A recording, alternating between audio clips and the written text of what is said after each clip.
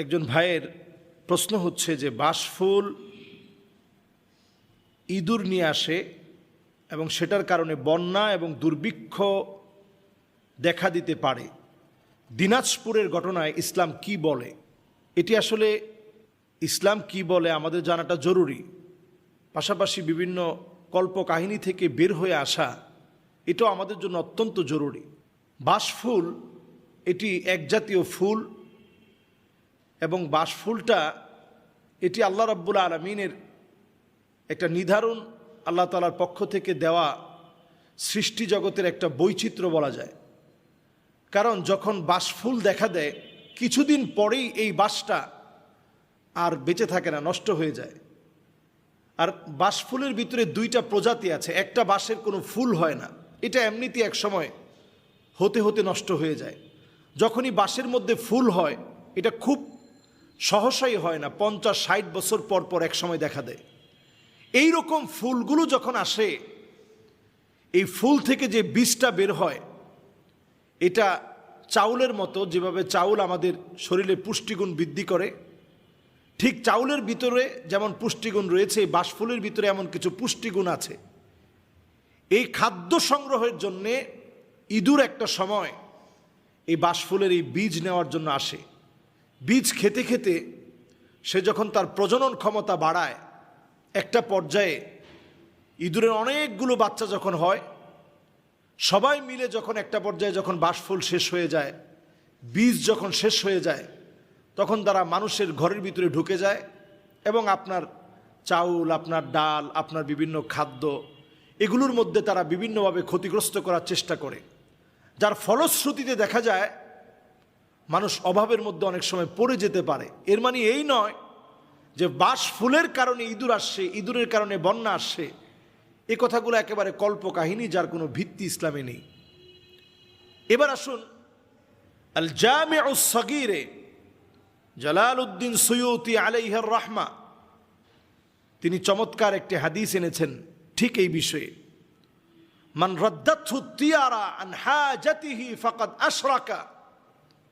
যেই লোকটা মনে করবে এই বিষয়টা মনে হয় আমার ভাগ্য পরিবর্তন করে দিবে, এই বিষয়টার কারণে মনে হয় দুর্ভিক্ষ আসবে, এই বিষয়টার কারণে মনে হয় বন্যা আসবে, এই জাতীয় চিন্তা চেতনা যখন কারো মধ্যে প্রবেশ করবে, নবী আলাইহিস সালাতু ওয়াস সালাম বলছেন লা তিয়ারা ফিল ইসলাম, লা তিয়ারা ফিল ইসলাম, লা তিয়ারা ফিল ইসলাম। ইসলামে অলিক কল্প কাহিনী, এটার কারণে এটা হতে পারে, এটার কারণে এটা হয়েছে, এই জাতীয় বিশ্বাস করতে রাসূল বারবার নিষেধ করেছেন।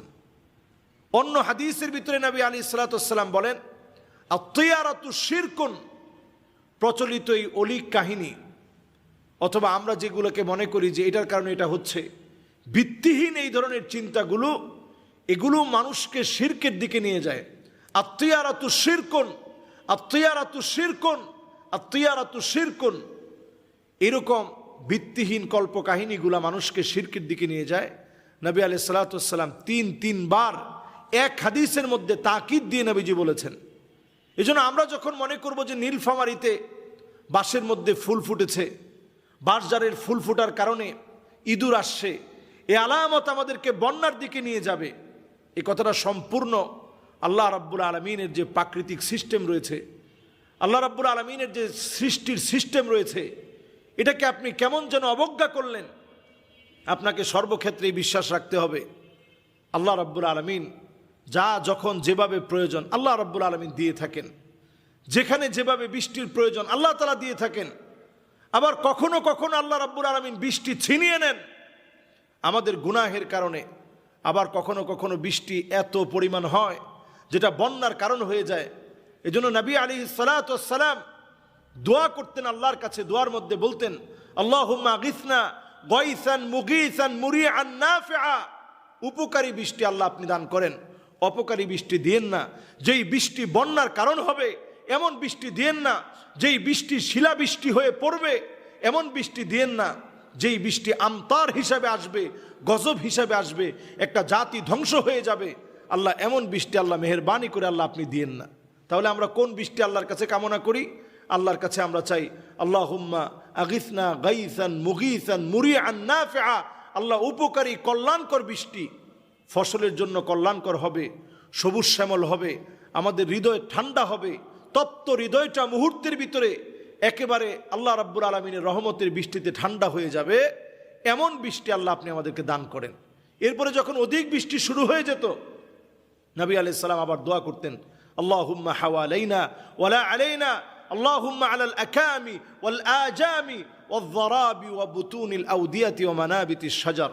আল্লাহ যত বৃষ্টি আমাদেরকে দিছেন আমাদের জন্য যথেষ্ট হয়েছে। আল্লাহ আমাদের পাশের যেই লোকগুলো আছে যাদের বৃষ্টির প্রয়োজন, বিভিন্ন মালভূমি, বিভিন্ন সবুজ শ্যামল পাহাড় পর্বত, এই সমস্ত জায়গার ভিতরে আল্লাহ আপনি বৃষ্টি দেন। আমাদেরকে যত বৃষ্টি দিয়েছেন আল্লাহ আমাদের জন্য যথেষ্ট হয়েছে। নবী করিম সাল্লাল্লাহু আলাইহি সাল্লাম এই দোয়াগুলো প্রতিনিয়ত আমাদেরকে পড়তে বলেছেন, শিখিয়েছেন।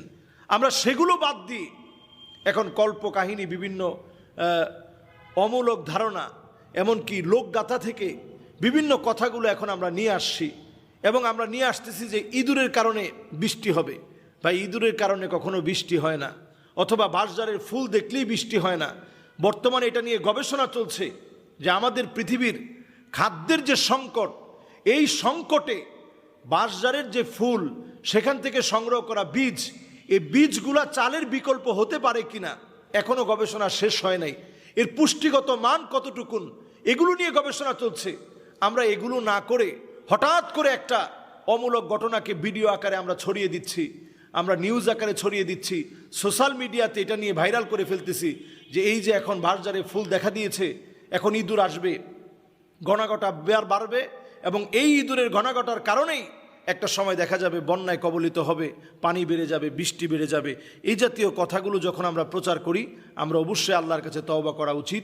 এবং এই ধরনের শিরকের কারণে আল্লাহ তাআলা রাগান্বিত হবেন, আযাব আসবে।